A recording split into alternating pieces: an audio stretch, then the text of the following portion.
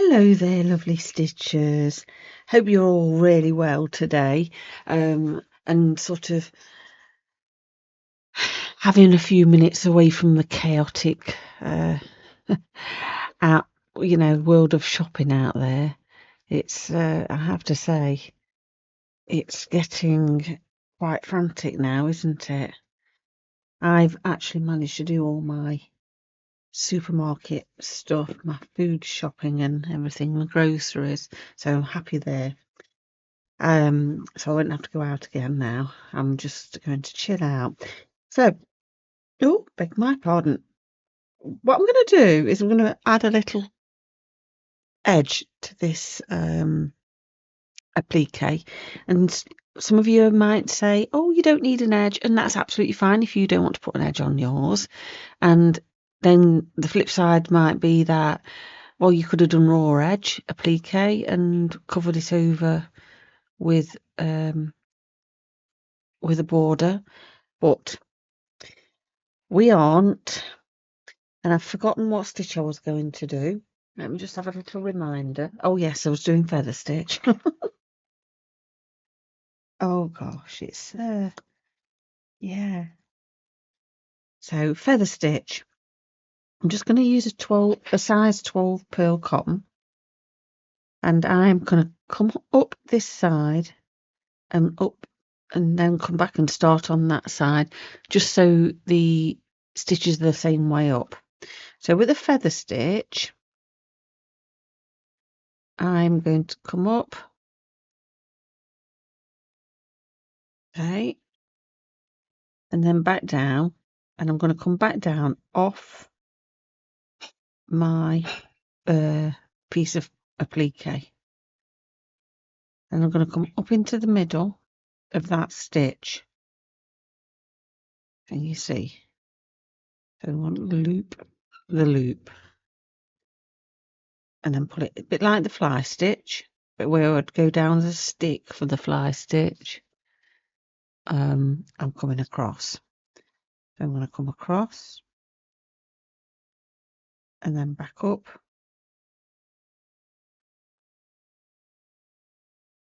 and it starts to look a little bit like feathers.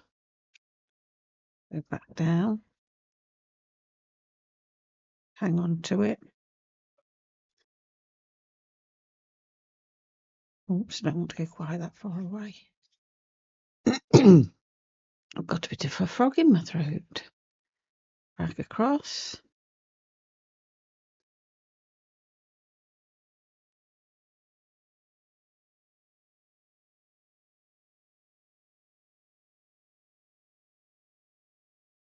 I just want to talk about my Boxing Day Zoom. It is, I'm literally just going to do it from 6 o'clock on the 26th. It's at PM, 6 PM, London time or Greenwich Mean Time.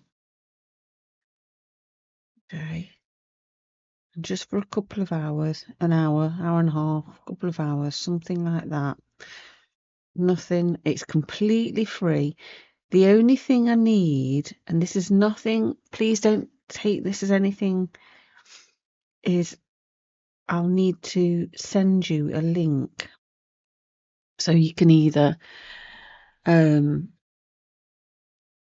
on to Messenger and message me directly. You can subscribe to the emails, which it's not, I don't, when I say subscribe to emails, I won't be sending out emails right, left and centre to people. I'm literally trying to get it so I can send out the Zoom link to you privately rather than have it out there into the wilderness of the internet, for many reasons. So, don't think you're going to be bombarded by, I've probably already said this, I'm sure I have. Don't think you're going to be bombarded by emails you're not.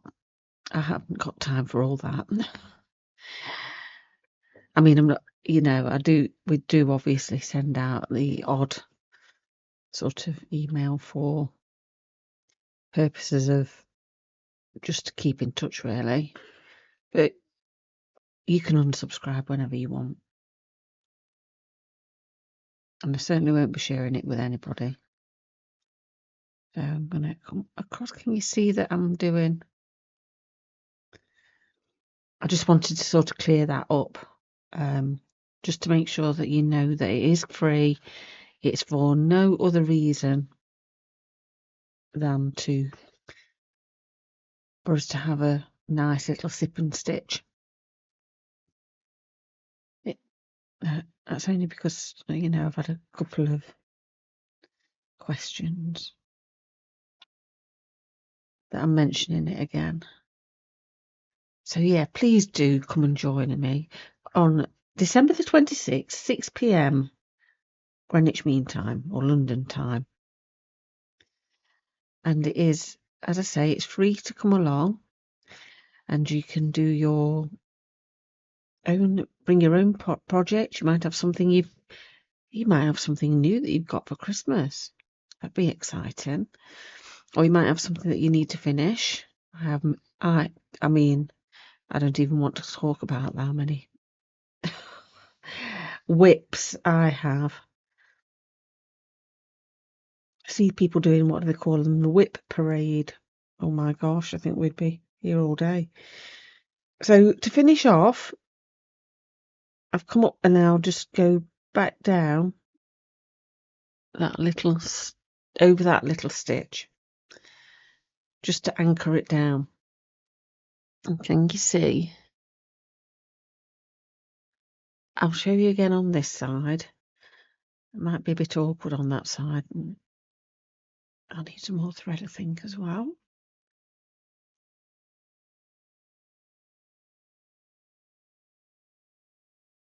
Oh.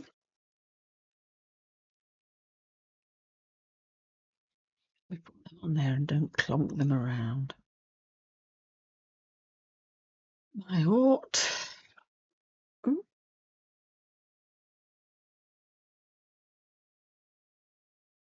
I've lots and lots of jars of oats. I do use them for various different things. But back in the day, they'd probably be used to light the fire, that kind of thing. Stuff things, because stuffing wasn't readily available.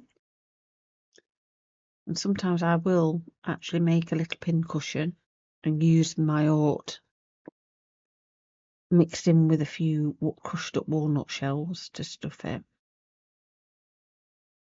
And the reason I use walnut shells is because it sharpens the end of your needle. Maybe I should do a little tutorial on that. I've just got a bit of a curly thread, so I'm just gonna. So let's do this side. I'm coming up and across with my stitch, and I'm going to come back up, take a little stitch, make sure my thread's behind my needle, and pull it to like a little V. Then I'm going to go across, a stitch next to it, there, make a stitch, make sure my thread's behind my needle, and pull. And then you can go back,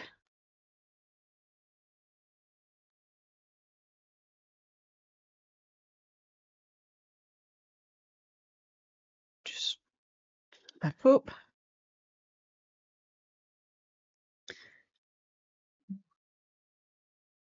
back across. So you're alternating your stitch.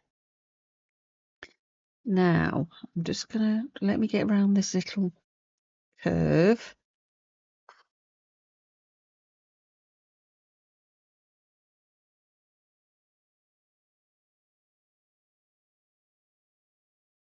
started stitching earlier, or tried to start stitching earlier, and Reggie had a bonkers 5 minutes. He was running round the house, up and down the stairs, like an absolute lunatic, in and out the flap we've installed for him. Absolutely crazy he was going. It was quite funny. I don't know. Or he'd got a new toy as well that he'd helped himself to this toy from the pet shop. I had to go back in and pay for it because I thought, what on earth's he got? He just shoplifted, helped himself. Oh dear. So he's a little bit naughty. But anyway, he'd got that and he was running around up and down the stairs with it, shaking it. Because he's got some terrier in him, he was doing the brrr, shaking it all about. Right, okay, let's just carry on with this a minute and I'll show you, I will explain. If you wanted to go with your feather stitch, and make another stitch here, for instance, I'm going to do it and then I'll unpick it. You could keep on doing that down that row if you liked, or you could do 3 and then come across and do another 3. It is a very versatile stitch. I love it. And again, it's a nice stitch for variegated threads.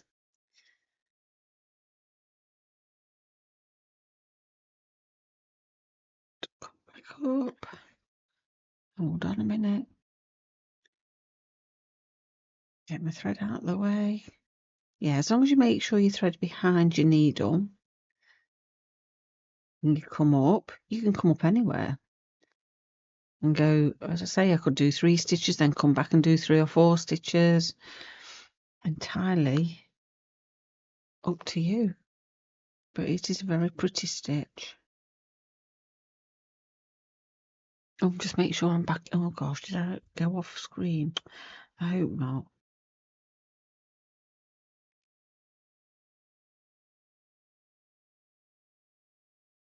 Oh, wrong thread, my thread. I usually used to have markers where the screen was, but I think because I've moved around that often, they're not in position anymore.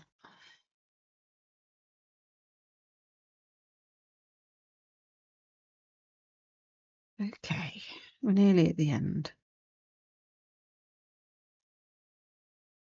It just adds, I mean, you don't have to do this, but for me, I like to just add a little bit more interest, maybe, in my little scrolls, only because I never know when to finish them. I never want to say, right, that's it, finished. Right, okay. I'm going to go and show you how to finish off again. So I'm coming up my stitch, making sure my thread's behind my needle, and then I'm going to just jump over that thread and go straight back down to anchor it down. There we go. And that is a feather stitch. And it looks beautiful, I have to say. I'm just going to come up here and finish off.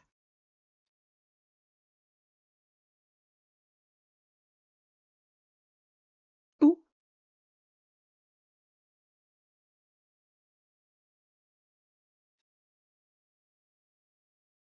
Wonderful. And there we go. Little feather stitch edging. I hope you enjoy this, and if you're new here, hello, and welcome to the channel and all that. Please, if you've enjoyed it, please do subscribe. It is free to subscribe, to click the subscription button, and also all the thumbs up and the likes. They really help to grow this little channel. I have noticed in the last couple of weeks that I've been doing this that I have gained a few more followers, and I'm really thankful for that. And hello. So yeah, I will be back again tomorrow, and we will finish off our scroll. So happy stitching, everybody, and I'll see you all soon.